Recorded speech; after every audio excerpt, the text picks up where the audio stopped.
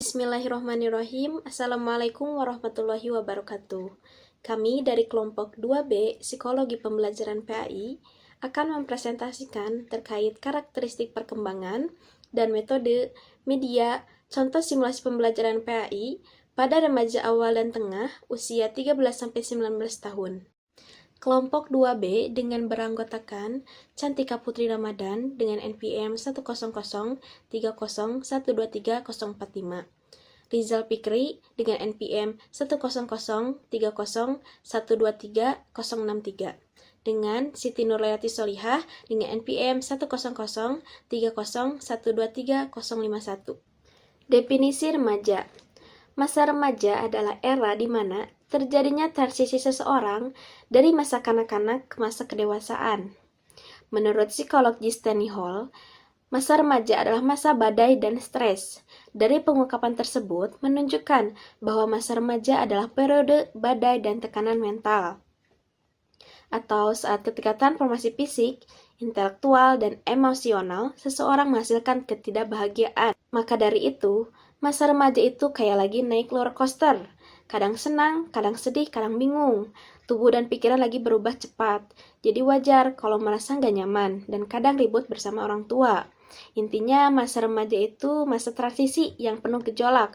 Tapi masa remaja juga masa yang seru karena kita lagi belajar jadi diri sendiri. Karakteristik perkembangan fisik pada remaja.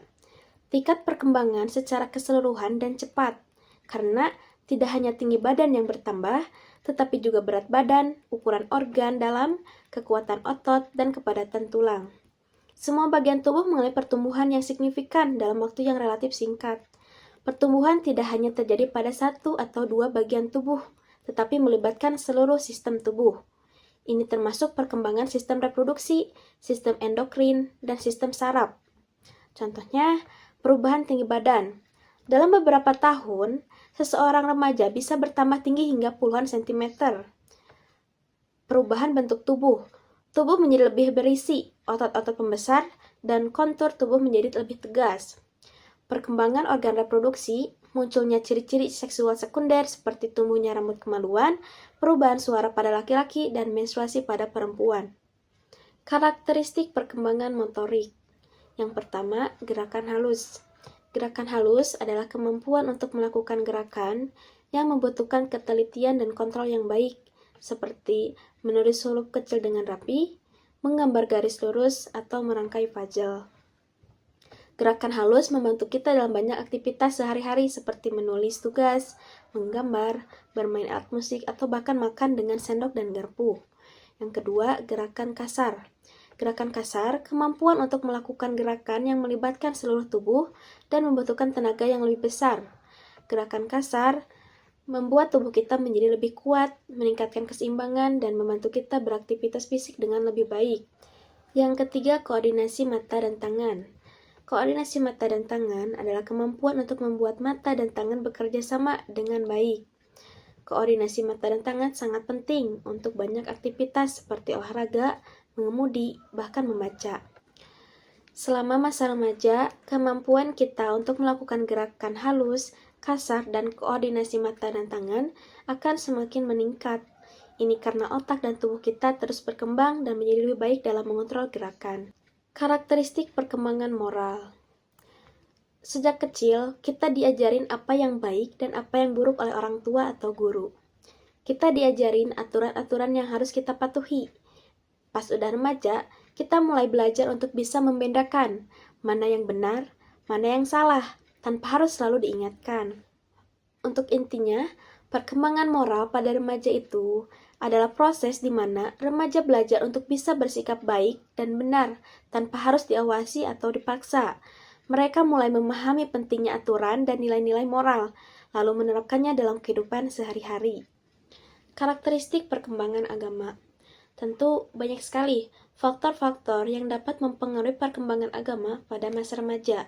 Yang pertama, faktor pengaruh lingkungan, entah itu dari lingkungan keluarga, ataupun teman, ataupun sekolah. Yang kedua, faktor emosi. Keadaan emosional dan kekuatan eksternal memiliki efek yang lebih besar pada praktik keagamaan yang membuat ibadah lebih tidak khusyuk. Kemudian selanjutnya ada penjelasan mengenai karakteristik perkembangan secara intelektual. Yang pertama ada berpikir secara abstrak, yaitu kemampuan untuk memahami konsep yang tidak dapat dilihat atau dirasakan secara langsung. Yang kedua ada berpikir logis, yaitu kemampuan untuk menarik kesimpulan yang valid berdasarkan informasi yang tersedia. Kemudian yang ketiga ada berpikir kritis, di mana kemampuan untuk mengevaluasi argumen dan bukti secara objektif.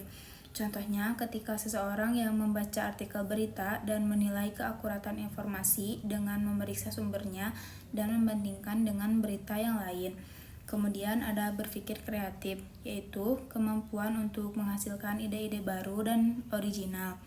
Ini tuh melibatkan imajinasi dan inovasi.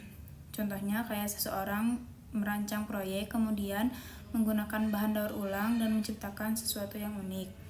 Kemudian ada karakteristik perkembangan secara bahasa. Yang pertama ada kosakata teknis, yaitu penguasaan istilah yang khusus digunakan dalam bidang tertentu. Kemudian contohnya itu ada misalnya seseorang ahli fisika dapat menjelaskan hukum Newton dan menggunakan istilah seperti gaya dan massa dengan benar. Kemudian yang kedua ada nuansa bahasa, yaitu pemahaman tentang penggunaan bahasa dalam konteks sosial yang berbeda termasuk formal dan informal. Contohnya ketika seorang mahasiswa menggunakan bahasa formal ketika akan mengobrol dengan dosen, tetapi ketika sedang dengan temannya maka komunikasi itu menjadi lebih santai. Kemudian yang ketiga ada metafora dan peribahasa, yaitu kemampuan untuk memahami dan menggunakan ungkapan kiasan yang menggambarkan makna lebih dalam. Contohnya ketika seseorang dalam membuat puisi. Yang keempat ada bahasa kiasan, yaitu penggunaan ungkapan yang menyampaikan makna yang lebih dalam atau berbeda dari arti harfiah. Kemudian ada karakteristik perkembangan secara sosio-emosional. Yang pertama, pencarian identitas diri, di mana remaja ini mencari dan mengeksplorasi siapa diri mereka termasuk minat dan nilai-nilai. Contohnya kayak mencari berbagai hobi seperti musik, seni, dan olahraga untuk menemukan apa yang paling cocok dan menggambarkan pada dirinya. Yang kedua ada fluktuasi mood, yaitu perubahan emosi yang sering dan tiba-tiba dan umum terjadi selama masa remaja ini. Contohnya ketika seorang remaja merasa sangat senang ketika mendapat nilai yang baik, tetapi merasa sangat sedih dan terasing saat kehilangan teman dekat. Kemudian yang ketiga ada tekanan sebaya, yaitu pengaruh teman sebaya yang dapat mempengaruhi keputusan dan perilaku seseorang. Contohnya kayak remaja yang merasa tertekan untuk merokok karena teman-teman melakukannya, meskipun ia tahu bahwa itu tidak baik untuk kesehatan. Pembahasan selanjutnya yaitu metode pembelajaran. Nah, metode pembelajaran ini bisa dilakukan dengan metode diskusi, di mana metode pembelajaran PAI yang satu ini umumnya dikaitkan dengan cara belajar pemecahan masalah. Karena itulah metode belajar yang satu ini umumnya dilakukan secara berkelompok. Kemudian yang kedua ada metode demonstrasi, yaitu sering digunakan ketika melakukan proses tertentu, seperti hanya pembelajaran PAI yang dilakukan dengan memanfaatkan benda atau bahkan bahan ajar lainnya. Yang ketiga ada metode ceramah plus.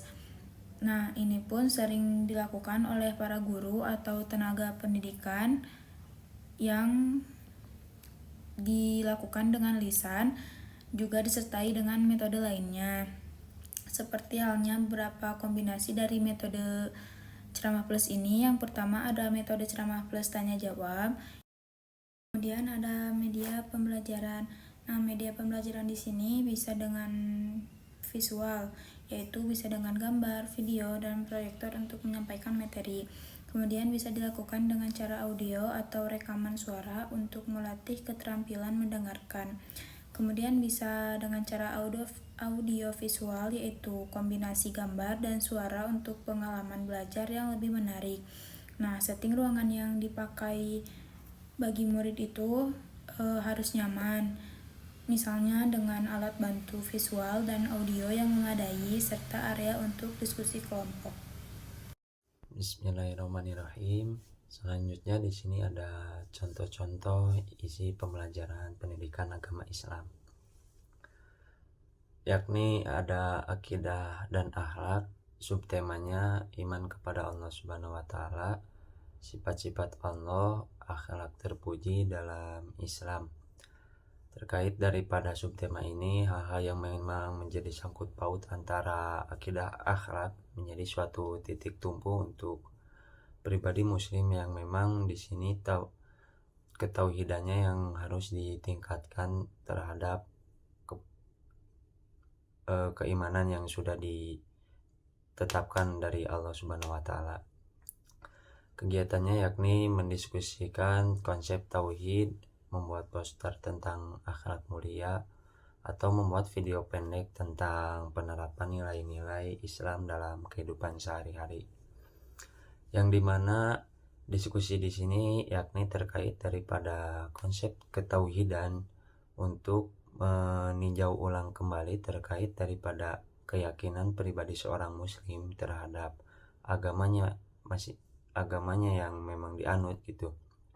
Jadi hal ini menjadi suatu akidah yang menjadi titik tumpu untuk pemahaman daripada kepribadian muslim yang sebenarnya. Tidak hanya itu, ya ada membuat poster tentang akhlak mulia dan membuat video pendek tentang penerapan nilai-nilai Islam. Hal ini menjadi memang sebuah contoh terhadap kegiatan ataupun aktivitas sehari-hari. Yang terakhir yakni ada ibadah, subtemanya yakni sholat, puasa, zakat, dan haji.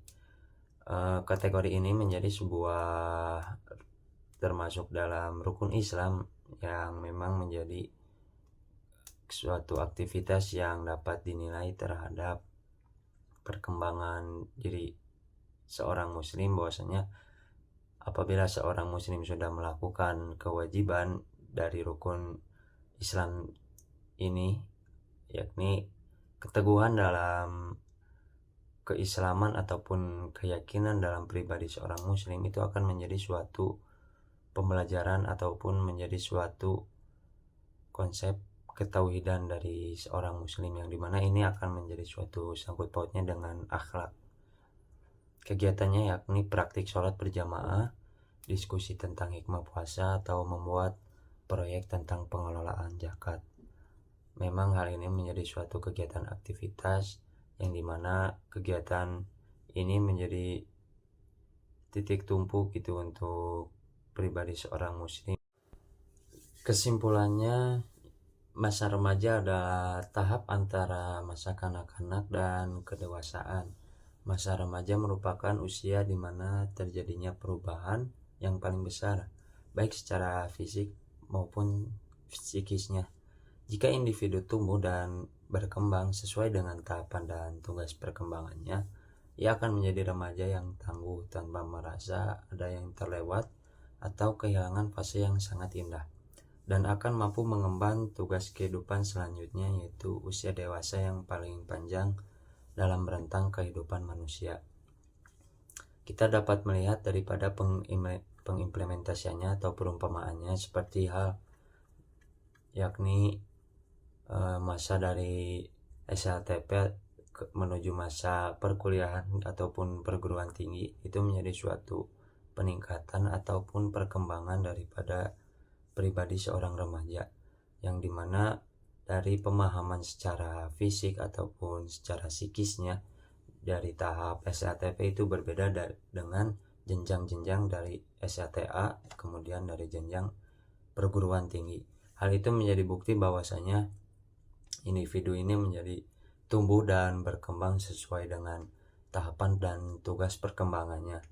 Jadi dari seorang remaja yang menjadi pemikirannya itu hal kekanak-kanakan ataupun hal yang masih labil, bisa disebut seperti itu. Namun dengan seiring berjalannya waktu dan seiring berjalannya dunia pendidikan yang mendidiknya, Hal itu menjadi sebuah perkembangan yang memang menjadi terarahkan ataupun terstruktur daripada ilmu-ilmu yang didapat oleh seorang remaja ini. Karena dalam perkembangannya masa remaja ini sangatlah butuh arahan gitu, serta didikan agar bisa melewati masa-masa transisi itu dengan baik dalam fisik maupun psikis, sehingga bisa mengatasi dan mengaplikasikan perubahan-perubahan itu dalam kehidupan sehari-hari. Hal ini menjadi sebuah transformasi daripada masa remaja menuju masa dewasa gitu. Jadi terkait daripada sikap ataupun perilaku yang memang menjadi sangkut pautnya, dan kemudian berbagai aktivitas dan kesibukannya yang berbeda dengan dunia remaja dengan dunia dewasa, itu menjadi sebuah transisi gitu daripada fisik maupun psikisnya gitu.